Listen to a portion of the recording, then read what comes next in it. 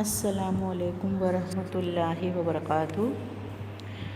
ધોરણ 10 સામાજિક વિજ્ઞાન પાઠ 10 ભાગ 5 ભારત અને કૃષિ. વિદ્યાર્થીનીઓ, આપણે આગળના 4 ભાગમાં ભારતની જુદી જુદી જે ખેતીની પદ્ધતિઓ છે, ખેતીના પ્રકારો છે, આ ઉપરાંત ભારતના જે ધાન્ય પાકો છે, તેલીબિયા, પીણા, રોકડિયા પાકો, ઔષધીય મસાલા અને ફૂલો શાકભાજીના પાકો, એના વિશે આપણે અભ્યાસ કરી ચૂક્યા છે. ત્યાર પછી આપણે ચોથા ભાગમાં જોયું હતું કે કૃષિ ક્ષેત્રે જે ટેકનિકલ સુધારા આવ્યા છે તેના વિશે અભ્યાસ કર્યો હતો. હવે આપણે આ પાઠ 10ના 5મા અને છેલ્લા ભાગમાં જે કૃષિ ક્ષેત્રે સંસ્થાકીય સુધારા આવ્યા છે તે ભારતીય અર્થકારણમાં કૃષિનું યોગદાન, અનાજ સંરક્ષણ અને ભારતની ખેતી પર વૈશ્વિકીકરણની અસરો વિશે અભ્યાસ કરીશું. તો ચાલો વિદ્યાર્થીનીઓ, આપણે શરૂ કરીએ. સૌથી પહેલાં આપણે જોઈએ કૃષિ ક્ષેત્રે આવેલા સંસ્થાકીય સુધારાઓ. સંસ્થાકીય સુધારાઓ એટલે મેં તમને સમજાવ્યું હતું કે સંસ્થાકીય સુધારાઓ એટલે કે જમીનની માલિકીમાં, ખેડૂતોના ધિરાણમાં એટલે કે ખેત ધિરાણમાં, ખેડૂતોના પેદાશ એટલે કે ખેત પેદાશોના વેચાણમાં વગેરેમાં જે સુધારા થયા હોય એને સંસ્થાકીય સુધારા કહેવાય. એમાં સૌથી પહેલો સુધારો છે કે સરકારે જમીનદારીની જે પ્રથા હતી તે નાબૂદ કરી છે. જમીનદારી પ્રથા એટલે શું? તો પહેલાંના જે ખેડૂતો હતા એટલે કે મોટા મોટા જમીનદારો હતા એ મોટી મોટી જમીનો રાખતા હતા અને એ લોકો પોતાના ખેતરોને ખેડવા માટે ગણોતિયા એટલે કે નાના નાના જે ખેડૂતો હતા એમને પોતાની જમીન ખેડવા માટે આપતા હતા. એટલે મોટો ભાગ જે હોય એ જમીનદારનો રહે અને ખેડૂતો એ આખું વર્ષ મહેનત કરે પરંતુ એને એટલો બધો એનો લાભ મળી શકે નહીં. તો સરકારે આ જમીનદારીની પ્રથા નાબૂદ કરી દીધી છે અને ખેડૂતોનું જે શોષણ તે અટકાવ્યું અને ખેડે તેની જમીનના કાયદા દ્વારા ખેડનારને જમીન માલિકીનો સાચો હક આપ્યો છે. એટલે આ જે કાયદો આવ્યો ખેડે તેની જમીન, તો ખેડે તેની જમીનમાં હવે શું થયું? તો જે જમીનદારો જમીનના માલિક હતા એની જગ્યાએ હવે જે ખેડૂતો એમની જમીન ખેડતા હતા એ હવે એ જમીનના માલિક બની ગયા. ત્યાર પછી સરકારે જમીન ટોચ મર્યાદાના કાયદા દ્વારા જમીનની માલિકીની જે અસમાનતા હતી એ દૂર કરી છે. કેટલાક જે જમીનદારો એવા હતા કે જેમની પાસે બહુ મોટી મોટી જમીન હતું, કેટલા પાસે ખૂબ ઓછી જમીનો હતી, તો સરકારે એના માટે જમીન ટોચ મર્યાદાનો કાયદો પસાર કર્યો અને જમીનની માલિકીની અસમાનતાને દૂર કરી. ત્યાર પછી છે સહકારી બેંક. એટલે કે સરકારે શું કર્યું? તો કિસાનો માટે એટલે કે ખેડૂતો માટે ક્રેડિટ કાર્ડની વ્યવસ્થા કરી અને રાષ્ટ્રીયકૃત તથા સહકારી બેંક એ વગેરે દ્વારા ખેડૂતોને આર્થિક મદદ મળી રહે. ખેડૂતોને ખેતી માટે ધિરાણ આપવામાં આવે છે. કેટલીક વાર એવું થાય કે ખેતી કોઈ વર્ષ નિષ્ફળ ગઈ હોય તો બીજા વર્ષે જે ખેડૂત છે એ પોતે એટલો બધો બિયારણ કે રાસાયણિક ખાતર વગેરે માટે ખર્ચો ન કરી શકે, તો સરકાર દ્વારા ખેતી માટે એને ધિરાણ એટલે કે લોન આપવામાં આવે છે. ત્યારબાદ આપણે જોઈએ તો સરકાર દ્વારા બિયારણો માટે, ખાતરો માટે અને જંતુનાશક દવાઓ ખરીદવા માટે સબસિડી આપવામાં આવે છે અને એના માટે સરકાર દ્વારા આર્થિક મદદ પણ કરવામાં આવે છે. સબસિડી એટલે શું? તો દાખલા તરીકે આપણે કોઈ 100 રૂપિયાની વસ્તુ લેતા હોઈએ, સરકાર એની ઉપર આપણને સબસિડી આપે તો આપણે એ જે વસ્તુ છે, આ એક્ઝામ્પલ છે, તો સરકાર એ શું કરશે? ચલો તમે આ જે ફોટો છે એના આધારે હું તમને સમજાવી દઉં કે સોલર વોટર પંપ પ્લાન્ટ માટે 20 લાખમાંથી 12 લાખ સરકાર ચૂકવશે. એટલે શું છે? તો જે ખેડૂત છે એ સોલર વોટર પંપનો પ્લાન્ટ 20 લાખનો આવે છે, જ્યારે એ ખરીદવા જાય તો સરકાર એણે ફક્ત કેટલા રૂપિયા ભરવાના છે? 8 લાખ રૂપિયા. અને એની બદલાના જે 12 લાખ રૂપિયા છે એ કોણ આપશે? સરકાર. તો આને શું કહેવાય? સબસિડી. સબસિડી એટલે કે સરકાર આપણી જે મૂળ કિંમત છે એમાંથી થોડી કિંમત કે થોડા ટકાની જે કિંમત છે એ સરકાર આપણા બદલે ચૂકવે અને આપણે એના ઓછા ચૂકવવાના હોય, એને સબસિડી કહેવાય.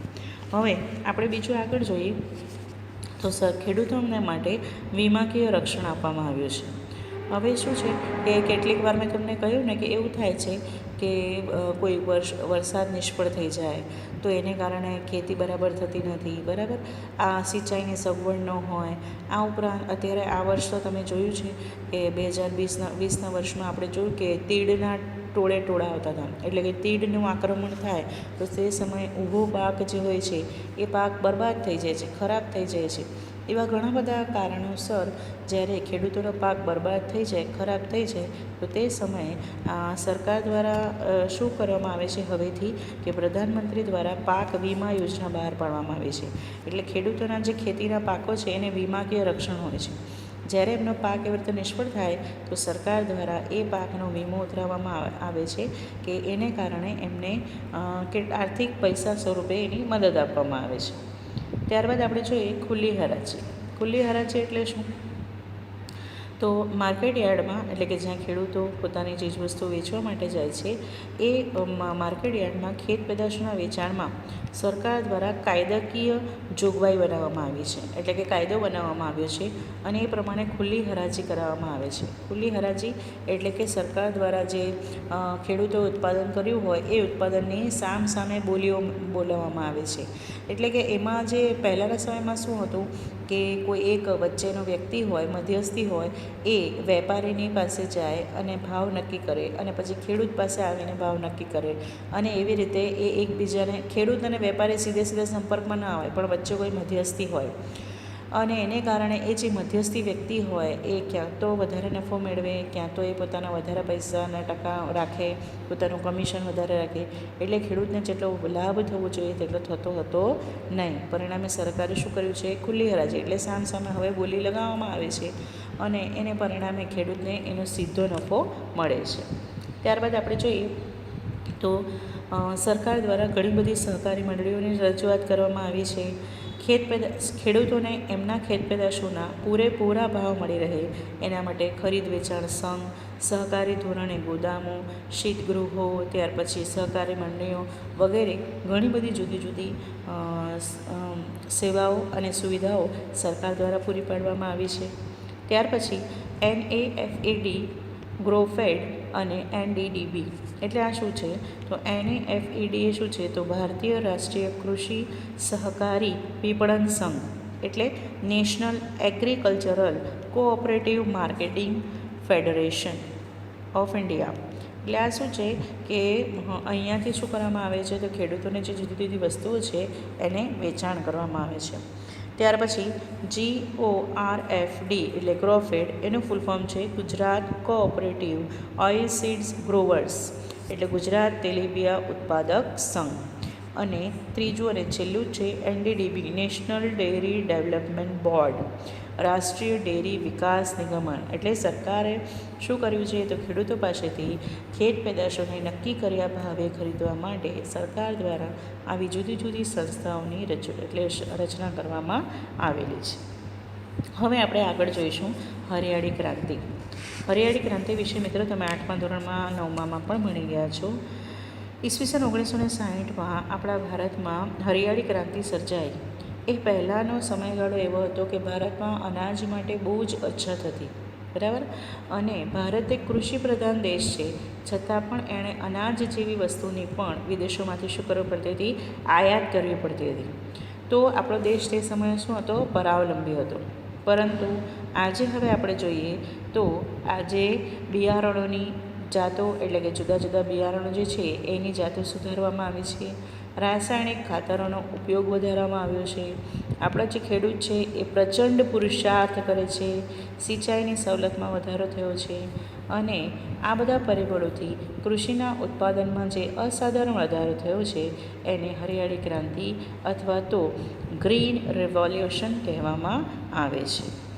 આગળ આપણે જોઈએ હરિયાળી ક્રાંતિનો મુખ્ય ઉદ્દેશ હતો કે કૃષિની જે ઉપજ છે તેમાં વધારો કરવો, ખેડૂતોને વધુ પ્રમાણમાં રાસાયણિક ખાતર અને કીટનાશક. આપણો મુખ્ય ઉદ્દેશ શું હતો? કે હરિયાળી ક્રાંતિથી આપણી કૃષિની પેદાશમાં વધારો કરવો.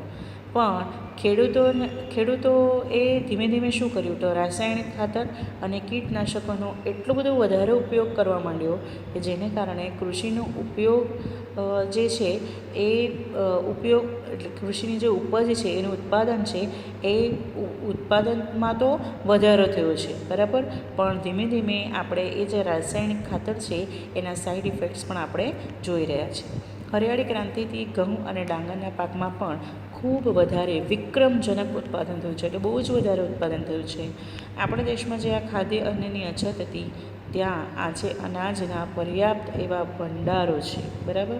આ ઉપરાંત આપણી પાસે અનાજના બફર સ્ટોકને કારણે, બફર સ્ટોક એટલે શું કે આપણે જે સાચવીને રાખેલું હોય તે સ્ટોકને કારણે દુકાળ કે અછતની પરિસ્થિતિમાં પણ આપણે સરળતાથી એવી પરિસ્થિતિનો અને આ બફર સ્ટોકને કારણે સામનો કરી રહ્યા છે. તો આમ આપણો જે ખેડૂત છે એ ખેડૂત ખૂબ સરળતાથી અને ખૂબ સારી રીતે જુદી જુદી વસ્તુઓનું આજે ઉત્પાદન કરી શકે છે. આગળ હવે આપણે જોઈશું ભારતીય અર્થકારણમાં કૃષિનું યોગદાન. ભારતીય અર્થકારણમાં કૃષિનું યોગદાન એમાં શું છે તો ખેતી એ ભારતનો મુખ્ય વ્યવસાય છે. આઝાદી સમયે કૃષિ ક્ષેત્રે જે કંઈ ભારણ હતું, ભારણ એટલે શું તો તે સમયે ભારત ફક્ત કૃષિમાં આગળ પડતો હતો, બીજા બધા ભારતમાં શું હતો પાછળ હતો. એટલે એકલા કૃષિની ઉપર જ લોકો ડિપેન્ડ હતા, એટલે કૃષિ પર ખૂબ એના માટે વજન હતું.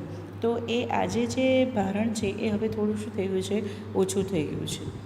તો ભારતીય અર્થતંત્રમાં કૃષિ શું ફાળો આપે છે તો સૌથી પહેલું છે તો એ આપણને લોકોને અડધોઅડધ ભારતના લોકોને રોજગારી પૂરી પાડે છે, બરાબર. ત્યાર પછી છે તો ભારતની જે ગ્રોસ ડેવલપમેન્ટ પ્રોડક્ટ છે એટલે કે જીડીપી છે એમાં લગભગ એટલે કે કુલ ઘરેલું આપણી જે પેદાશ છે એમાં ખેતીનો ફાળો કેટલા ટકા છે, 17% છે. આ આપણી જે ખેતની પેદાશો છે એને આપણે નિકાસ કરીએ છીએ અને એ નિકાસ થવાને કારણે વિદેશી જુદી જુદી હંડિયામણ ભારતમાં આવે છે. કૃષિ એ ખેતી માટેનો કાચો માલ પૂરો પાડે છે.